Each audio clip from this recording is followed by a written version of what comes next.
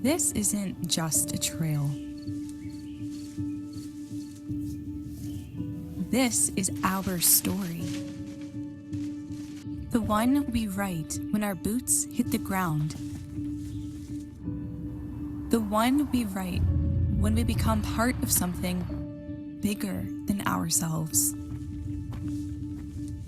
The one we write when we feel most connected to the land beneath our feet and the people around our campsite. This isn't just a trail. This is our living hope. Our hope for saving thousands of vulnerable species. Our hope for renewing endangered habitats.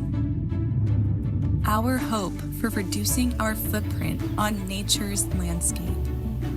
To diminish harmful development and lessen the effects of climate change.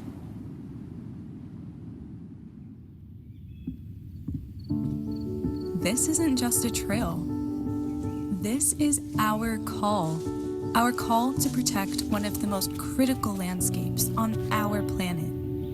Our call to ensure everyone can step on the path so they may walk away transformed.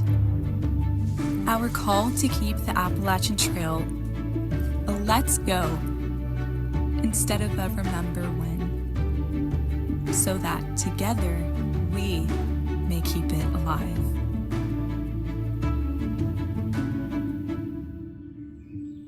Join the call, the Appalachian Trail Conservancy. Keep the trail alive.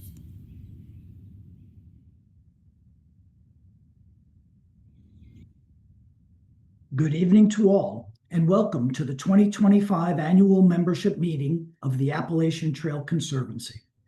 My name is Jim Latore, and I have the privilege of serving as your board chair.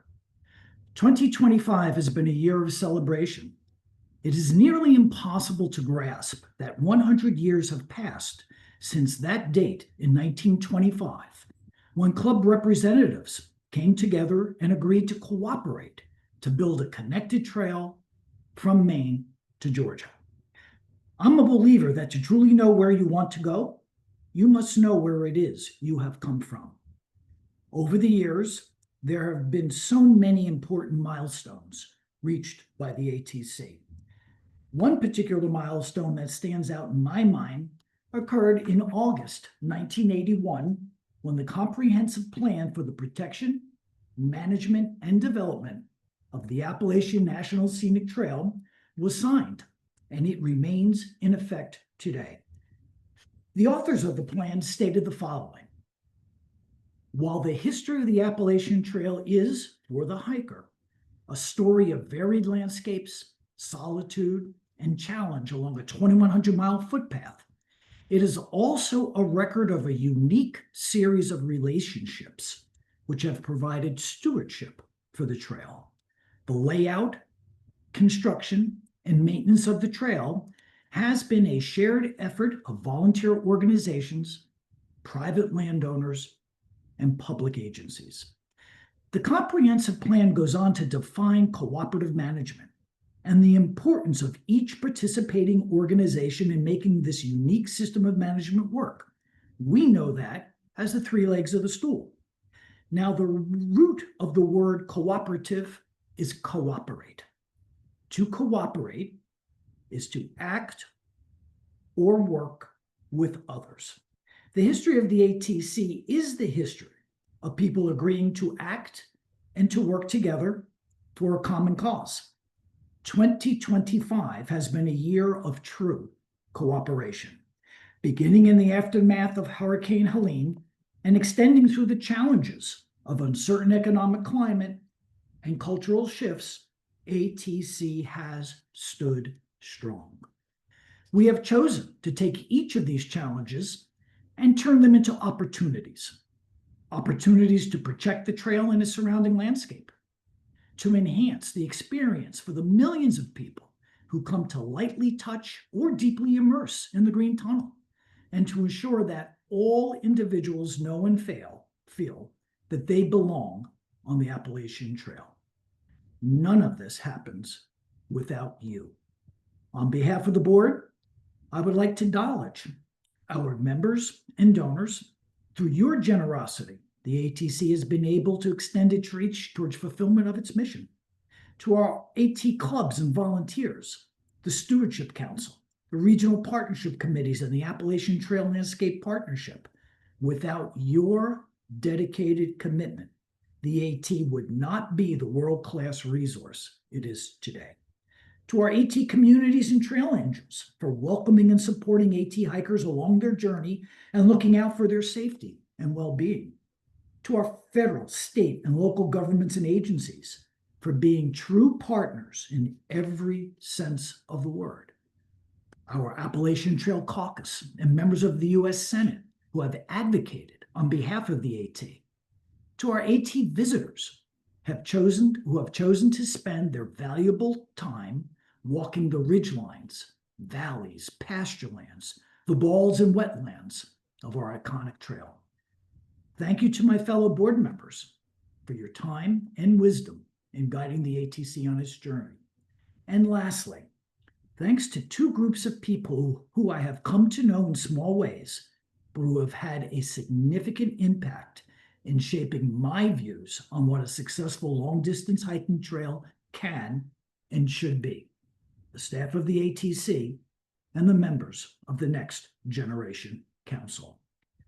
Now, 2025 is not only offers us an opportunity to celebrate ATC's centennial, but also to celebrate one of our own. After devoting nearly all of her adult life to the Appalachian Trail in so many different roles, our CEO, Sandy Marra, will be retiring at the end of the year. Your board understands that the single most important thing we will do this year is to hire the next leader of the ATC.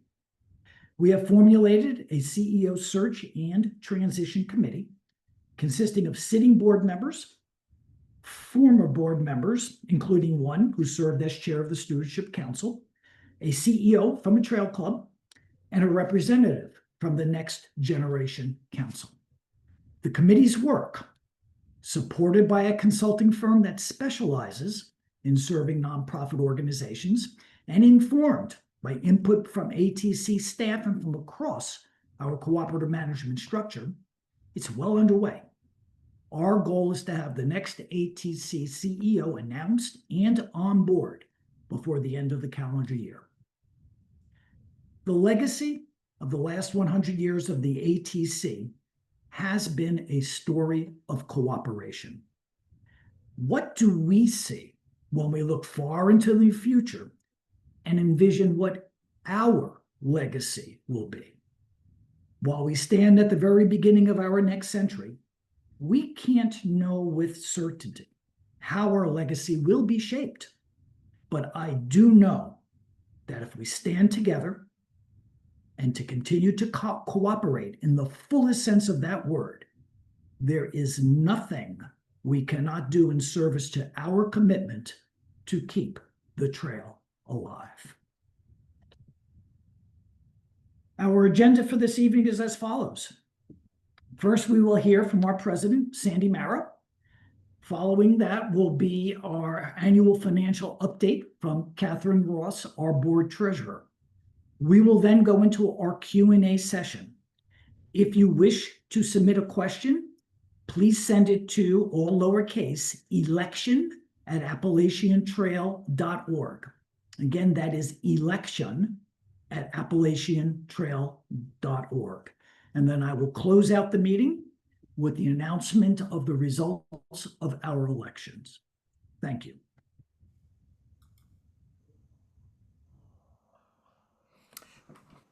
Thank you very much, Jim. Hello, everyone. I'm really thrilled to be here today. Do you want to go to the next slide? So, as Jim mentioned, we're celebrating 100 years of the Appalachian Trail. And as he also mentioned, I am going to be retiring at the end of this year, at least from any kind of the paid position. My husband has other plans. I won't ever be retiring from the trail itself. We'll be maintaining our section, and we also will continue to support and help the committee manage the Blackburn Trail Center. So we'll still be involved in that and probably many other ways. But as I'm reflecting back on all these years, 40 years of actually of volunteering, and then the last close to 7 being in this staff position, it's really amazing. I mean, so many things have changed, and yet the thing that brought me to the trail to begin with, the value that it adds to my life and the value that I see it adding to so many other lives, the beauty and the peace that you find just being in nature, those things remain. And it is in large part to all the people that Jim just thanked, our volunteers, our donors, our staff, our other board and volunteer leadership. All of us are contributing together so that millions of people can go out and enjoy the trail. I also just real quick I was thinking as I was coming on this call, the first annual meeting that I did as a staff person, I used to be in Jim's seat for a few years as the chair, but the first time I stepped up as president and CEO was 2020. And if you all probably remember, that was the first year of COVID. We were in a completely different environment. And this idea of zooming in from remote locations was brand new. This idea of having a nice suit and tie at the top end of your body and a pair of shorts and flip-flops at the bottom was also a relatively new idea. But so a lot has changed just in the time that I took on this role to where we are today. And I probably wouldn't have guessed then just how well we embraced this technology. And I have found that it allows so many more people to participate than the ways that it used to when we would either be filming and trying to get on the internet or doing these meetings in person to just whoever could make it in. So again, just wanted to spend a couple minutes there reminiscing. So the centennial year, I was always committed, even as I started thinking about retirement, to wanting to spend this year with the Conservancy, with our staff, and really find ways to celebrate. To just back up a minute, we had 3 key goals when we set out to celebrate our centennial. One was we titled it Strengthening the Brand. And what that really meant was millions of people know the Appalachian Trail. Not quite millions of people know the Appalachian Trail Conservancy and our clubs and the cooperative system that it takes to manage and maintain that trail. And so we saw our centennial as an excellent opportunity to start to share that information across a much broader audience. Building community, again, something we've always done, and I think we do it extremely well. But this was a chance for us to not just continue to build and strengthen our existing communities, but to reach new audiences and invite new people into our communities. And then finally, continuing to strengthen our financial stability so that we can not only keep doing what we're doing, but do more of it, do it better, and do it for a longer time, because the trail is going to require the next 100 years plus of the work that we're doing to continue to be there for folks. So these are pictures of a few big events that we held at the beginning of the year with the centennial. In January, the U.S. Postal Service announced that they were coming out with a full sheet of commemorating the Appalachian Trail and in celebration of our 100th birthday. And then in February, 2 big things. We launched the new brand, which you can see in the lower corner here and through the slides tonight. And we also had the event at Amicalola Falls where the stamps themselves were unveiled. I also just want to do a quick note. Gene Espy, who was the second person known to hike the Appalachian Trail, sadly he passed away, but after an incredibly rich and full life, just a few days ago actually. But Gene was able to make the event at Amicalola Falls, and we don't have it here, but we do have a photo of him in front of the sheet of stamps, and it was just wonderful for me to be able to see him one more time, and I'm really glad he was able to make that event. Following that, we continued through the spring. We were at Trail Days in Damascus, which again was sort of a double celebration. As you all know, last fall, Damascus was one of the communities that was hard hit by Hurricane Helene. And at that moment, we weren't even sure, and they weren't either, if Trail Days was going to happen, but it did. It was a great event. We had a birthday cake for ATC and played even a more outsized role than usual at that event. We had a day of service with our staff. I called it a busman's holiday for those of you old enough to know what that means. But it was a chance for our staff to get out and actually just reconnect with why we do what we do every day. A lot of our folks are field staff, but so many of us spend so many hours sitting here in Zoom meetings or in physical meetings with our partners. So it was a great chance. The entire office closed down. Everyone went out. We partnered up with local trail clubs and other individual volunteers up and down the trail. That's a picture of me and a few folks up doing corridor monitoring in Northern Virginia. So that was another great event to celebrate the centennial. Um, we had the brand video that you saw at the beginning of this slideshow. That was something else that we were able to produce and send out. And then a few other things. We had a special exhibit at the AT Museum opened. And then in June, which is the fancy picture there on, I guess, your left, is our gala in DC. It was a once in a lifetime sort of event for us, quite frankly. I think it'll be another 100 years before we can get everybody in that picture or everyone else in a tuxedo and high heels again. But it was very appropriate for what we were celebrating. We honored so many key partners. We had Senator Kane there, and Congressman Beyer, who is our co-chair of our caucus, Dr. Mamie Parker, who has done a tremendous amount of work in bringing diversity and women into the profession of environmental sciences. She spent her career at Fish and Wildlife. And L.L. Bean, who has been supporting ATC since the 1980s, and a lot of their support has gone directly to our clubs. So it was a great opportunity to thank all of them. We had some other great speakers, and it was a very successful evening. Next slide. So here's some things that also are coming up through the next few months.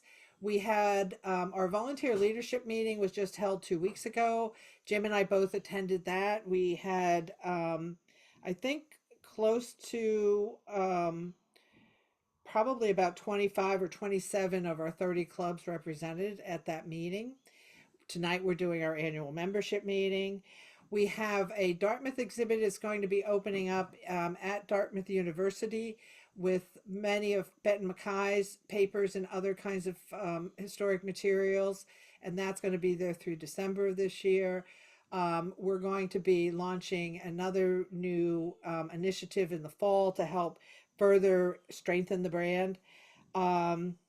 We have the Centennial Regional event. So associated with the Dartmouth exhibit, we're going to be holding a small event up there with members of the board and special invited guests to not just show the exhibit, but also that's going to be helping to continue to strengthen our financial stability.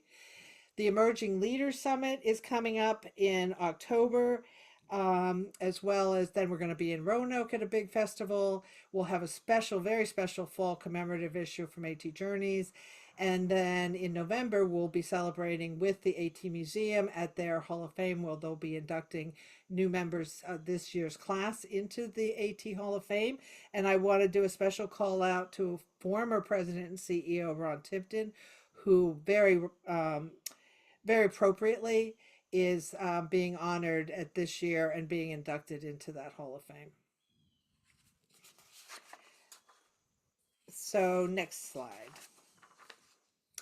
So let's talk a little bit. I mentioned Helene and the recovery that went, well, the impact and then the recovery. We're coming up to a year, hard to believe. And initially over 81,000 acres of AT lands were impacted.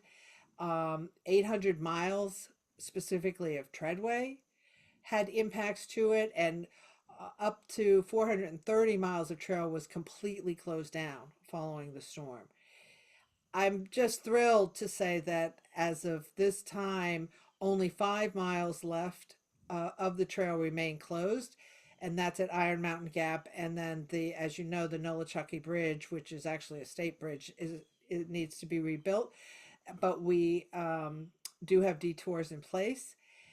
8 of our AT communities were damaged, and every one of them at different varying levels, but every one of them was able to welcome AT hikers through this season, which was just, again, a real testament to the resilience of these communities, to the support that they received from ATC and our clubs, and to every individual volunteer that came out and helped these folks, clean out the mud, get rid of the debris, to the business owners who figured out ways to reopen in order to serve the hiker community as well as the local folks that live in these communities. So, these terrible things happen, but almost, well, really inevitably, they also show just an incredible strength and resiliency of the people that are involved. And we really are at our best sometimes following things that are really can be considered the worst that could happen.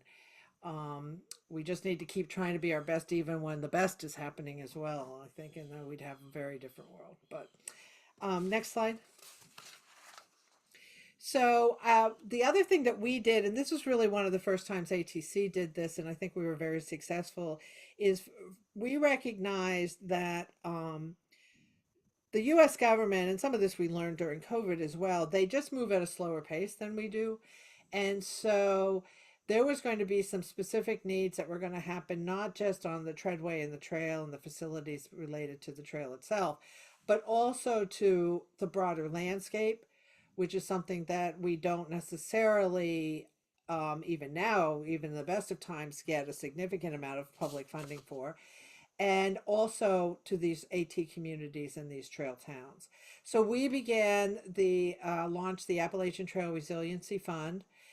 From its inaugural year, we raised $850,000, and that came from over 1,000 donors at all levels to help support this. We have been consistently spending that money down. We have a full committee across ATC that evaluates that people can come in and ask, and we also identify projects and needs. And we will continue to spend down this money as we continue with what really is going to be another 4 or 5 years of true recovery for this area. But this is a real testament again to the great support of our donors and the folks that support ATC and support the trail. Next slide. So the other piece to this that I want to mention is that the federal government is actually, and this happened last fall, they did set aside money and voted on money specifically for Helene recovery. And a large portion of that is going to be fed through the U.S. Forest Service, and then a smaller piece through the National Park Service to repair all the damage. And I do want to be clear, the forests experienced damage well beyond the Appalachian Trail and our sections that go through those forests. So they have just a tremendous amount of work to do over the next 5 and probably 10 years to really bring some of these recreational forest areas back to where they were prior to the storm. That being said, there is a portion of these dollars that will be coming directly to ATC in partnership with the Forest Service and the Park Service. And it really is a monumental opportunity for us in a couple different ways. One is that first of all, we're doing this in complete partnership with our local clubs in the area. So we're doing this hand in hand. And quite frankly, a large portion of the work will be done by volunteers and our club members. In addition to that, it's not just getting in and, as you see here, clearing away from the existing treadway and repainting the blazes. we really have an opportunity, and luckily we have enough funding to be able to do this kind of work, to really consider what is the best placement, what is the best kinds of repairs that need to happen in order to shore up the trail and make it much more sustainable, because we know that these kinds of storms and these kinds of weather impacts are going to continue to impact the trail itself. And to simply keep rebuilding it exactly the way it was when we see right in front of us how it was not able to withstand that kind of impact wouldn't make a lot of sense. So we're really going to be able, and right now, in fact, some of through with support from the National Park Service, we're in the process of actually assessing through this area what does that look like, and what will recovery for the trail, what will sustainable rebuild really look like over the next 4 to 5 years, so that we can then start the work with clear plans in place. In addition to this, and this is something I'm very excited about, is through these U.S. Forest Service dollars, really for the first time ever, we're going to have dedicated funds to support our science and stewardship work. This is the work that is dealing with not just what's impacting the treadway and the trail itself, but the forests that surround it. The silk grass that grows up and we're trying to hack through as volunteers, the diseases impacting our trees, the invasive species that are going to just explode and typically do explode after this kind of major weather event. This is going to be a chance for us to get our scientists and our experts out, not just to say, oh, this is going to happen, but how can we best mitigate it? And it's really also going to be an opportunity for ATC to build its credibility in this area of science and stewardship and greater landscape management. And we're going to have some incredible stories with successful outcomes that we can share up and down the trail as we look for additional people that want to support this kind of work. And then, as I mentioned before, the clubs are definitely involved in this. And in a lot of instances, not only will we be supporting, getting their help, but we'll be able to offer support back for their costs, their transportation costs, the costs of equipment and PPE. So it really is a chance for us to do a tremendous amount of good work in an area that desperately needs it, and also continue to rise the skill set and the abilities of our entire cooperative management system. Next slide. So we talk a lot about belonging. Jim, I especially appreciated him specifically calling out the Next Generation Council, which is a really, really great body of volunteer leaders that we work with on a consistent basis. And we, I'm sitting here, I color my hair a little bit so you don't really see the gray, but we need that next generation of leaders to come in and not just care and fall in love and want to recreate on this trail, but also understand the role that stewardship plays and how critical it is to the Appalachian Trail that we consistently spend our volunteer time helping to support the work that makes the trail possible. So we continue to spend a lot of time figuring out how we can reach new audiences, how we can strengthen the audiences that we have engaged, and how we can do very specific programs around a much more diverse and younger cohort. One of the things we do is, in fact, I mentioned earlier, we held the volunteer leadership meeting 2 weekends ago. And, I've been doing this for 40 years, and I've been to a lot of volunteer leadership meetings. In fact, the first meeting I did with ATC in any kind of official capacity is when I was president of the Potomac AT Club, and I went to what they then called the president's meeting. Now, some of this might be because I'm older, that people looked younger in the audience, but I also think that there was just more young people in these, coming from these clubs and participating in this meeting. And I was thrilled to see that those new faces, to hear their enthusiasm, and also just the incredible work that these clubs are doing on their own to also reach new audiences, recruit new volunteers, really start to focus. Some clubs talked about their strategic planning process. All of these things is just showing such a maturation among our clubs, and it was just really heartening to me. Another thing that we do is the Emerging Leaders Summit. This is an annual event where, again, we bring folks in within the age range of about 18 to 31.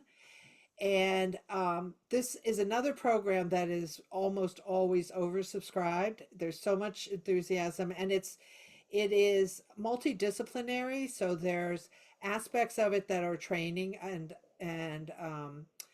explaining what does stewardship look like, actually having trainers in place, talking about different activities that we do to the trail. But then there's also opportunities to explore art and literature through the trail and through the environment. There's chances to just go out and recreate and enjoy. So it's a great opportunity to bring folks in and kind of demonstrate all the different aspects and the different values that we can get from being outdoors and being on the AT. This year, we have 45 slots for this next training that's coming up in October. We've had over 128 applicants so far, and 117 of them are brand new. So they've never come before or applied before. And I think that just continues to show their enthusiasm, as well as that we are being successful in getting the word out and reaching these new audiences. Another big project that I'm really excited about is that we've engaged a consulting firm, and the lead consultant for this firm is actually a former NextGen member. So there's some nice synergy and continuing relationship there. But she's going to be focused on scaling inclusive programs and outreach initiatives and how we can better reach diverse audiences between the ages of 15 and 30. So we're going down even further through this study, but also what are realistic and achievable programs that we can start to put on the ground, really starting in 2026 and going, the initial phase of this is 2026 through 2028. So it's not going to be some fancy kind of academic analysis of what we could or can't be doing and showing, lots of papers that have already been written. This is really about coming up with what have we done well, where do our strengths lie, how can we either initiate more of those kinds of programs or expand the scope and scale of ones that we are doing, and what are the steps to reach achievable goals in the next 3 years. Okay, last slide, I think. So through all this, I talked about the trail itself, the trail that people hike on. I've talked about the people that do hike and care for it, but then there's also this much greater realm. And Bette McKay definitely talked about that. It wasn't just a trail. It truly was a realm that surrounded it. And this has become absolutely the priority for ATC over the next 100 years, in addition to our current priorities of reaching new audiences and caring for the treadway and the trail itself. And there's a lot of aspects to this protect, but three things I'd like to call out tonight. First is the Appalachian Trail Landscape Partnership. We celebrated our 10th year of this partnership in a meeting in the spring in Roanoke, Virginia.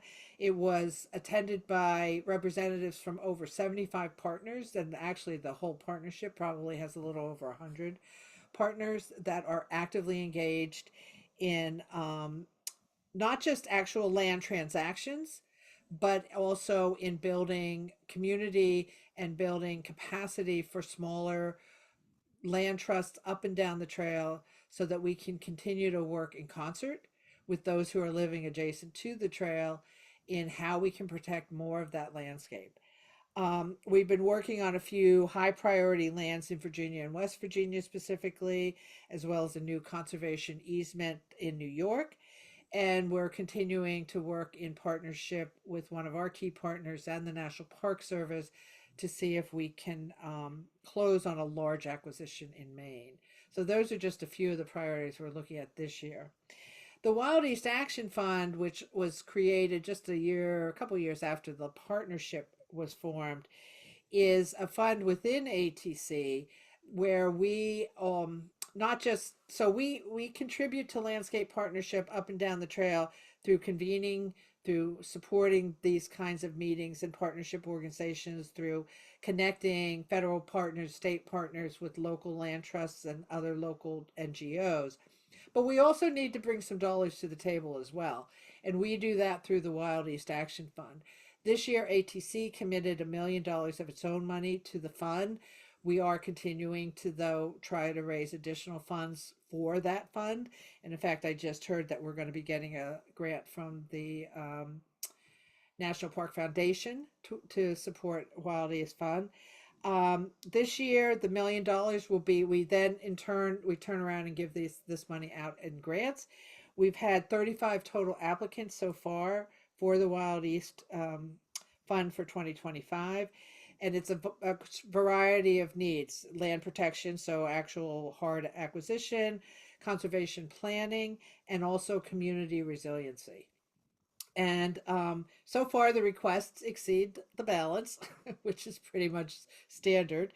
But those requests, the 1.5 million so far that's been requested, when you look at the total value of the projects that could be completed with us contributing to, we're leveraging that we would leverage that 1.5 million to over $85 million dollars in value for projects or capacity building. So it's just really great. And then finally, the Appalachian Trail Centennial Act. This is legislation that we started building. And in fact, we were invited by Senator Kane to develop some legislation. And he didn't want something that just commemorated our centennial. He wanted something meaningful. Through a lot of partnership and collaboration and work, we spent several years developing the Centennial Act. And what this does is codify the relationship and the role that ATC and other NGOs supporting our National Scenic Trails are already doing through the National Trails Act, but which really is not officially protected by any kind of law. And so what this does is protect and help to ensure the perpetuity of the cooperative management systems, the partnerships, and the role that we play, which goes well beyond a typical kind of friends group to Park Service. We are actually hard and fast and well and much needed partners in managing these public spaces. And so that's what the Act will help to protect. We did an initial introduction in 2024. I was had the privilege of testifying in front of a House subcommittee on conservation for the Act. And right now, rumor has it, though it is Capitol Hill, so you never know for sure, but rumor has it that it will be reintroduced sometime early when they come back into session in September. And we're hoping that not only will it get reintroduced, but we have another opportunity, and this time it would be on the Senate side, for us to testify on the value and the importance of Congress passing this act. So that's that update. If you go to the last slide, we'll just give you a few stats, and then I'll turn it over to Catherine. So 2025 hiking season, this is through the middle of August. AT camp registrations, northbound, about 2,836, I guess exactly. Southbound, 219 that have registered. Flip-floppers, 375. And section hikers, about 13, close to 1,400 section hikers. In Harpers Ferry, we had a little under 1,000 northbounders come through so far. We've had 13 southbounders, but they're gonna start to pick up. Quite a few flip-floppers this year. I think a lot of folks too were unsure of what the trail was going to look like down south. So we've heard, even anecdotally, more folks starting at different spots, and about 527 section hikers registered at the Harpers Ferry. And then we've had 84 completions that we've been notified about, though I don't know. I think I see a lot more on Facebook, so they might just be slow in getting us the information. 12 southbounders, we've had 14 flip-floppers, and 30 section hikers that actually finished their last section of the trail this year. So thank you very much. As you know, you can reach me. My website is out there, or my email through ATC. And also, I did want to, if anyone has any comments, questions, suggestions for the remainder of the year, with our centennial year. We have a mailbox. It's centennial@appalachiantrail.org. So you are more than welcome to shoot us an email and share your thoughts with us. Thank you.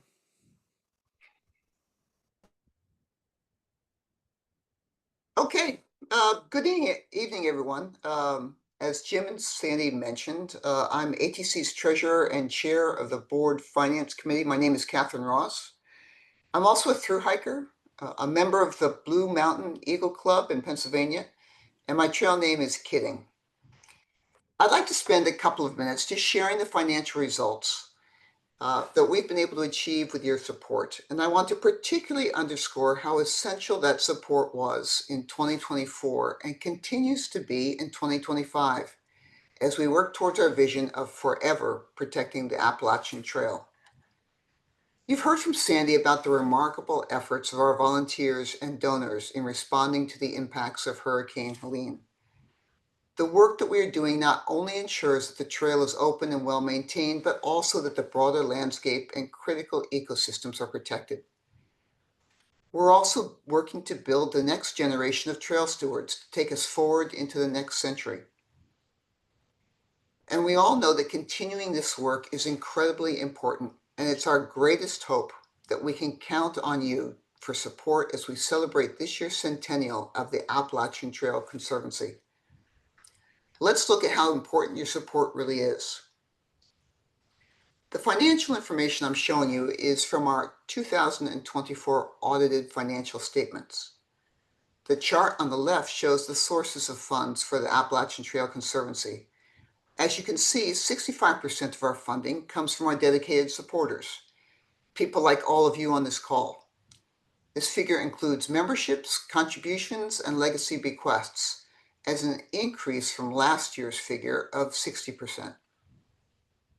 The second highest source of funding is in the form of grants and contributions, including cooperative agreements with the National Park Service, United States Forest Service, as well as other partners. And on the right, you'll see that most of that support, more than 70%, is used to directly fund program work, those critically important projects that Sandy mentioned. Your membership and donations have an incredible impact.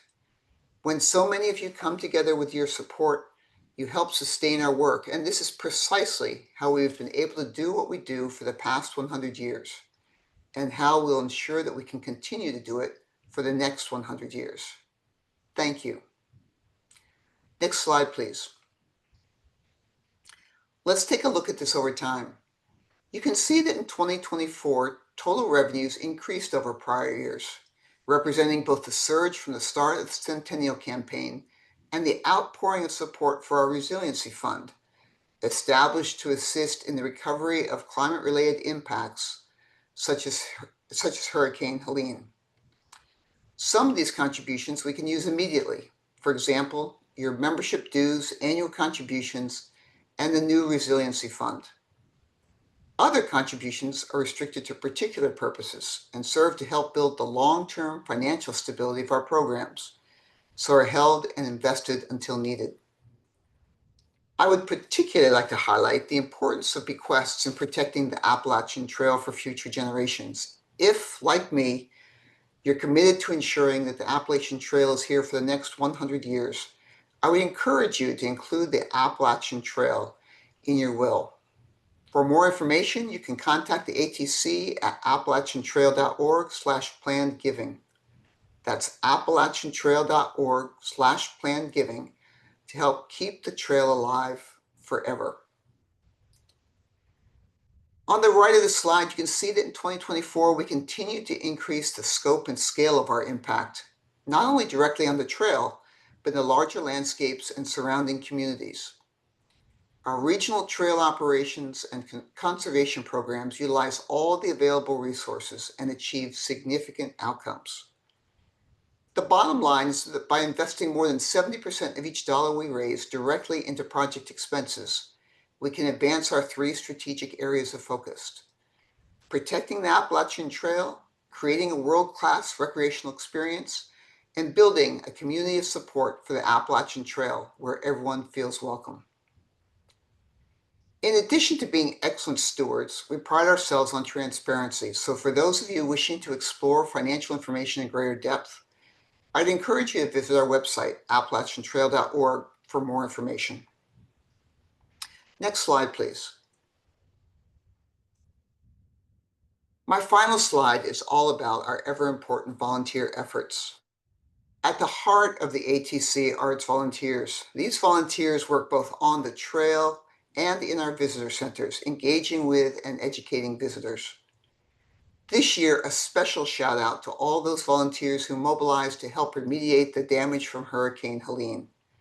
Reducing the Treadway closure from 430 miles to, as of this date, 5 miles was a Herculean effort and a testament to the strength of your commitment. The Resiliency Fund that we created last year will serve as a base for us to address future climate impacts as well moving forward. So thank you for your contributions and your support in that area. In 2024, more than 5,000 volunteers dedicated an average of 35 hours of work per person, resulting in 177,000 total hours, or the economic equivalent of almost $6 million of investment in the Appalachian Trail. That's an incredibly impressive statistic, and we are ever grateful for our dedicated volunteers. Again, thanks to every one of you. I'm so grateful to be part of the team, and I'm inspired by the dedication of our members, donors, and volunteers. And now I'll turn things back over to Jim. Thank you, Catherine.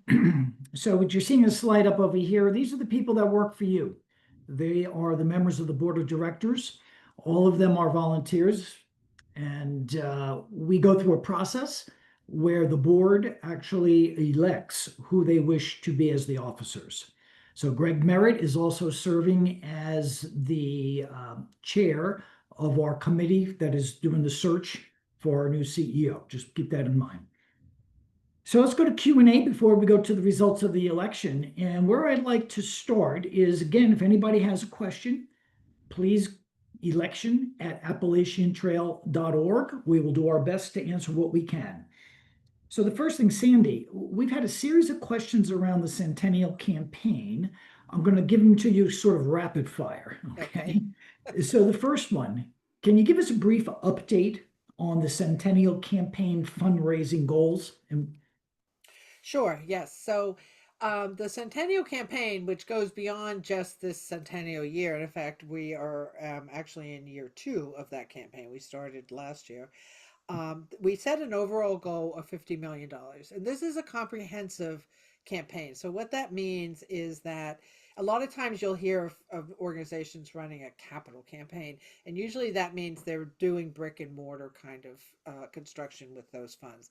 But for us, we really are looking at a comprehensive campaign that in some ways actually dovetails with the goals that we set specifically for the centennial year, but also encompasses all aspects of giving to the organization, whether it's through the planned giving that Catherine talked about, individual donors, people that do multi-year pledges. There's monies that are very specifically dedicated to certain programmatic goals, and then there's other monies that are given without restrictions to be used as the organization sees fit. So the total goal for this campaign is $50 million. We actually were working very hard to be able to reach the halfway mark by the time that we held the gala in DC in June, because typically for organizations, when they do a campaign, they have what they first called the quiet phase, meaning that we go out, we start fundraising for it, but we don't do a big public announcement about it, because most donors really want to see that you're able to get close to half of what you're aiming for before, in a lot of ways, before they even consider giving. And it's also just best practice to wait to that point to do a public announcement. So I'm thrilled to say that we reached that halfway goal by June of this year. We were able to announce that on the evening of the gala. Since then, I think we were at 27 something. We've actually gotten a little bit further ahead. So right now we're over $28 million raised to date. This campaign will continue. We have another 3 years of it. It will become the responsibility of the new CEO that Jim's working with, but it is continuing on. If you want more information about that, we have a dedicated micro website called keepthetrailalive.org, and you can go there and also find ways to participate if you'd like and give. Thank you, Sandy. You actually covered like 3 of the questions, so very Oh, much okay, good. appreciate it right there. So I'm going to give you a break for a moment. I'm going to turn to Catherine. Catherine, there was a question around the Appalachian Trail, the Resiliency Fund. Can you speak more to it? Is it a one-time deal? Is it a restricted, endowed sort of fund? Tell us what's in there. So the Resiliency Fund, which we launched in 2024, is in fact a restricted fund. So it's restricted for a specific purpose, and that is to address the impacts of climate-related changes on the Appalachian Trail into the future. Now, there's a significant portion of that fund that's really dedicated to addressing the challenges that came up with Hurricane Helene. And as Sandy mentioned earlier, we have programs over the next probably 3 to 4 years to be able to help communities and the trail recover from that work. But we really envision the Resiliency Fund as addressing a long-term need that we've got for the trail over the next 50 years to be able to respond and protect the trail and the treadway and the communities moving forward. Thank you, Catherine. And so everyone knows we are approaching, as Sandy said, the 1-year anniversary of Helene, and ATC is actually going to put out an impact report so that you can all see exactly the projects that were funded through the Resiliency Fund and those outcomes. And these were incredibly generous donations that all came from the heart, and we've put them to really good use to restore the trail. Let me turn, Sandy. I know we're running tight on time, but can you just share a little bit? How do I become a volunteer, and where do I find volunteer opportunities that are near me? So there are lots of volunteer activities up and down the trail. We have 30 AT clubs who are always looking for new people to get involved. You can find a list of those clubs on our website, and as well as contact information. Most of them publish some kind of newsletter. A lot of them have active websites that list their opportunities there. In addition to that, we have a site through it's called volunteer.org/volunteer. If you go to that website, you'll see a button that says find a volunteer activity near me. I will say that we actually heard from a couple people at the leadership meeting that their initial introduction to the club came through that website. So it definitely works. Our clubs send the opportunities directly to our staff. They get posted in real time. And it's kind of like a mini meetup specific to ATC and the clubs. Thank you, Sandy. And when I think about volunteering, a lot of it sounds very formal, but there's one thing I'll ask you to do. Whether you're hiking on the Appalachian Trail or on your local county trail, bring along a trash bag and a pair of gloves. I can't tell you how important it is and how the impact positively it has if you just pick up the pieces of garbage that you see and carry them out and dispose them when you get home. We are just about at the appointed hour. There are a number of questions that have come through the system that unfortunately we do not have time to answer. We'll try to figure out a way if we can get those responses out to you in some fashion or post them someplace that they are accessible. So with that, I'm going to need now to turn to the results of this year's election. So restarting, there we go. We had a really nice turnout this year with respect to the member vote. Close to 1,800 members voiced their opinions, and I am pleased to announce that there was a 94% approval rating for this year's slate. So let's go to the next slide so you see who our members are. So returning will be Yang Lee, who also serves as our chair of the governance committee and our secretary. Catherine Ross, who's been here with you this evening, Trish Shannon, and Darrell Smith. We also have 3 new members joining, effective with the vote. So Ed Guyot, Ed has served in the past and been still very active with the ATC as a board observer on the audit committee. Naman Park and David Rose. Each of these individuals brings very specific skills to the board that we were looking for, as well as an enthusiasm for the outdoors and an appreciation for the mission of the Appalachian Trail Conservancy. So with that, I'm going to thank you all for joining us this evening. I truly appreciate you taking the time out of your busy schedule to be here, and I look forward to seeing you again in 2026. Have a good evening. Good night.